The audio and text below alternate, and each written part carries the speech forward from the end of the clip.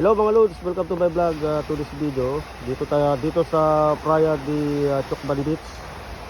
May natagpo ang namatay na baby dolphin. Ayun oh. Hindi pa alam kung anong kinamatay nito. I-examinin pa ng mga Marine Bureau ng Macau. Yan oh. Ayan, i-examinin nila kung anong kinamatay nitong maliit na dolphin. Ayun oh. Yun. Ayun o, nandiyan ang mga otoridad ng Macau para mang-examine dito sa namatay na dolphin. Yun, dito sa Chocban Beach. Oh, may naliligo po mga kababayan natin doon. Ano kayang kinamatay nito? Sayang oh, malaki na.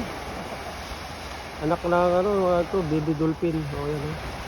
Baka siguro to na tamaan ng ilisi o propeller ng barko siguro. Parang may sugat siya doon sa may malapit sa buntot. Ayun o. Hindi natin malapitan, ini-examine na. Baka pagalitan tayo ng examiner ng Marine Bureau ng Macau. Okay. Antayin na lang natin ang update ng kanilang examination. Baka i-broadcast nito sa mga television dito sa Macau. Ano? Yan siguro yung namamatan natin. Maraming grupo yan ng mga dolphin. May mga puti din.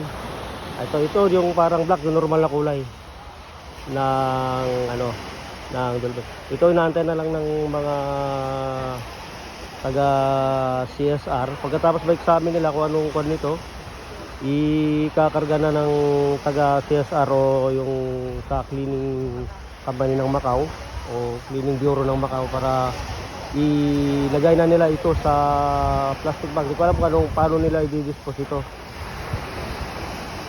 Pinapakuha ng tubig yung doon, no? Para buhusan nila.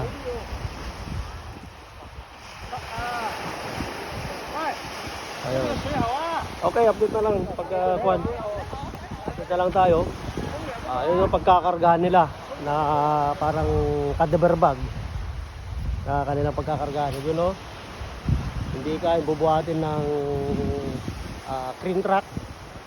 Meron siyang para pinaka-crane niya doon, no? Yung boom, yun ang pagkakargahan nila. Okay, update na lang kung anong nangyari dito sa isda. Ito yung mabait na isda yung wheel sabi nila. Yan. Okay, thank you very much for watching. Araw po ng linggo ngayon. Sabi lang ni Ilocano, sabot-sabot kunada in Ilocano.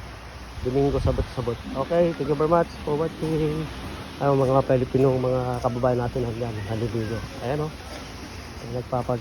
Okay, thank you very much for watching.